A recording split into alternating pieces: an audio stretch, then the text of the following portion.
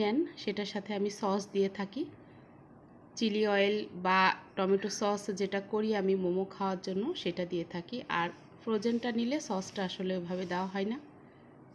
Frozen মোমোটা ফ্রিজে রাখলে বিপদের সঙ্গী আসলে।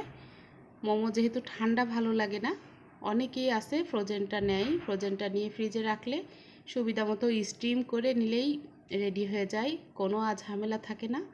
ফ্রোজেন মোমোটা স্টিম করতে গেলে আমি যেটা আপনাদের পরামর্শ দিয়ে থাকি সেটা হচ্ছে মোমোটা কোনোভাবেই নর্মাল করবেন না, ডিপ ফ্রিজ থেকে বরফ জমা মোমোটা বের করবেন এবং একটা পাত্রে পানি ফুটাবেন। পানি যখন টকবক করে ফুটবে তার মধ্যে একটু সয়াবিন তেল দিবেন আর মোমোগুলো জাস্ট ফ্রিজ থেকে বের করে আপনারা ওই ফুটন্ত পানির মধ্যে দিয়ে একদম সিদ্ধ করে নেবেন।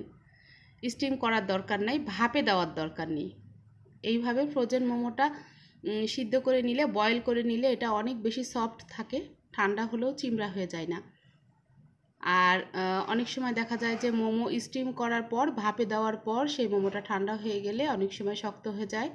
তো এইভাবে আপনারা করে দেখবেন, তাহলে বুঝতে পারবেন যে আসলে মোমোটা এভাবে ফুটন্ত পানির মধ্যে দিয়ে ফুটিয়ে নিলে কেমন থাকে আর হচ্ছে স্টিম করলে কেমন হয়। দুইভাবেই আপনারা ফলাফল বুঝতে পারবেন।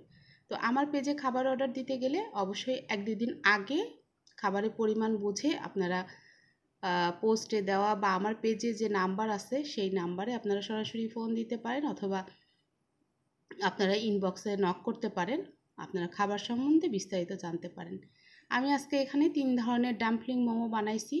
একটা তো এই যে এটা যেটা সসে দিয়েছি সেইটা, আর একটা এই যে এটা যেটা নর্মালি হয়ে থাকে, তারপর আর একটা গোল শেপ, এই 3 ধরনের মোমো বানাইছি। তো এইখানে 100 পিস মোমো আছে, আমার কালকে লাগবে 80 পিস, আর 20 পিস থাকবে।